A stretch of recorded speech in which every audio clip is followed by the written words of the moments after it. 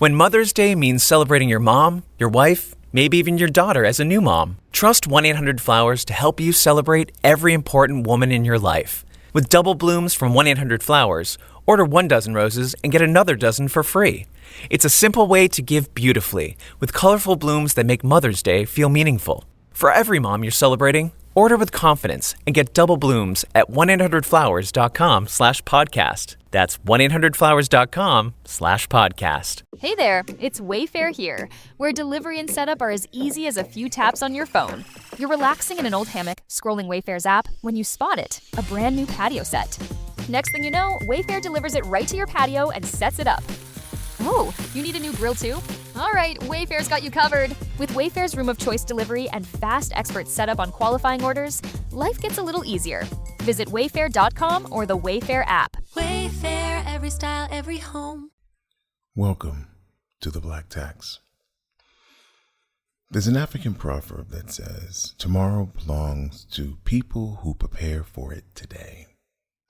The other day I was listening to a friend complaining about her current situation, working in a Fortune 500 company, being black and female, and having to deal with the black tax that we are all who are black and professional must pay to prove that we are capable of doing the work that they hired us to do.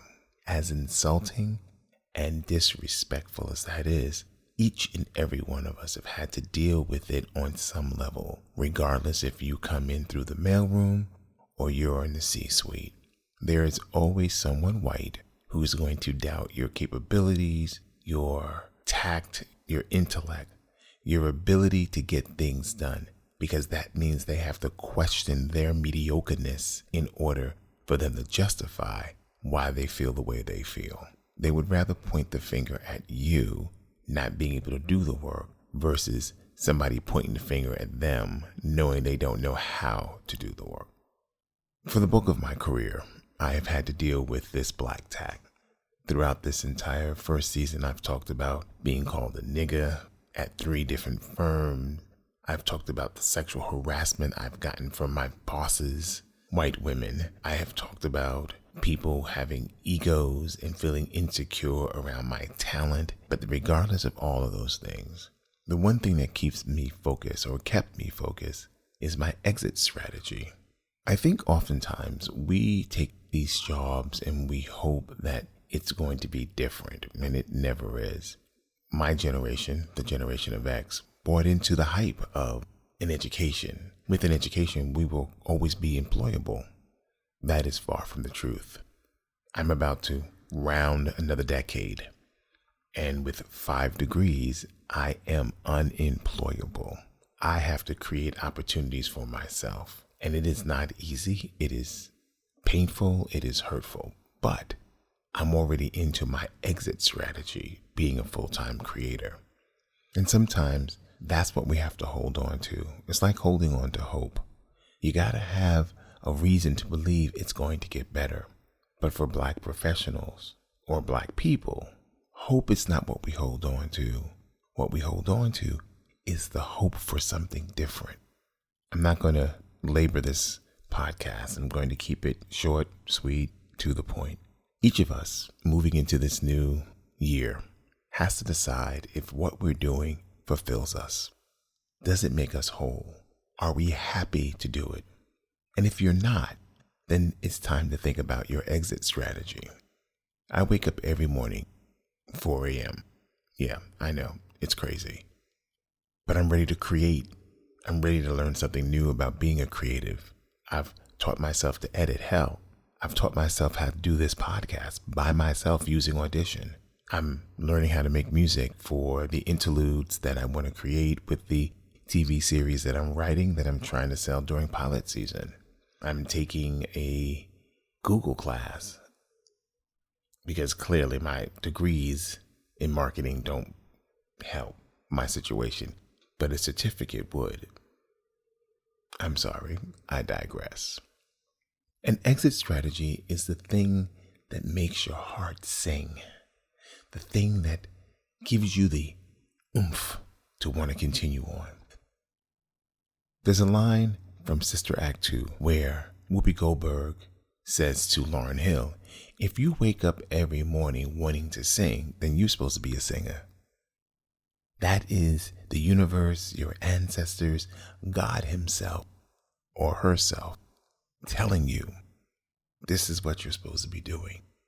This job is an in-between time. Here is where you hone your skills. Here's where you craft your next project. Here is where you get the tools to do the things you want to do. I knew very early that I wanted to be my own person, my own boss. I wanted to model my career after the careers of those who I admired. Example, Clive Davis was an entertainment lawyer who became a record label owner, who became Arista Records. And seeing that path, I was like, I too can do that. But what I didn't count on was the color of my skin. And as political as I am, and as political as my family has been from the onset, us becoming college educated, as my great-grandmother, the last enslaved woman and the first college educated woman in my family, I believed the power of an education would open doors.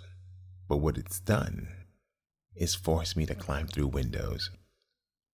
Here are some things to take away before the end of the year. Number 1, figure out what makes you happy. Number 2, build something around that happiness that you can make money from. Number 3, start to downsize your lifestyle so you can afford to have fuck you money because you started putting things away and not buying things that you don't need, so you could have an exit strategy to walk away from the problem and the headache of the black tax that you have to pay to these white people. Number 4, no one will support you in your decision because you are part of their story. Example, I had a friend who would say, oh, my boy is working over at Sony, or my boy is working at Arista. Not he was working at Sony, or he was working at Arista, or was working at Skadden or Karath or any of the other firms that I had worked for. He was using me to have clout amongst his peers. Crazy, right? I thought so too. Number 5, you are the greatest success that anyone can ever be. The path you walk is the path you walk, and nobody else has an opinion on what you should do. I'm not giving you advice what you should do. I'm sharing what I did and how it's made me happy, how it's brought me joy, how I was able to break the chain of getting it done or staying in something just because I went to school to do it, or just because of what people will think. Fuck people. I met a woman who was a physician who hated what she was doing. And everybody was going to her and going to her and going to her. We were just having a casual conversation at a Starbucks. And I said to her, there are some steps you can do to make a difference in your life. And she's like, I don't know where to start. Okay, let's start with something simple. Your email address. What does it say? And she said, it has my name and it says Dr. So-and-so and so. Okay. What does your business do? Oh, I create art for people, for paintings, for their rooms, portraits. Okay. So that's where you're going. So that's what your email should be about. See, as long as you continue to put things in place where people see it, you never get a break to change it. So here's what you got to do. You got to change. You may have to change your circle of friends, your circle of influence, because your happiness must come first. And if you're unhappy in this position at this company, it's time to walk away. But with a plan. Don't just quit your job. Have a plan. So I want you to take a moment. It's the end of the year. Between now and New Year's Eve, I want you to write down what brings you joy, what makes you happy. How can you get to that point? What is it going to take to be able to break the chains of the black tax in corporate America and find your own peace source of income and happiness. It won't be easy. It will be treacherous. There'll be days you want to walk away from it. Trust me, there have been days I wanted to run from it. But here I am, struggling, but happy, joyous, because hope springs eternal. And the one thing Black folks have the audacity to have is hope, regardless of what they've done to us.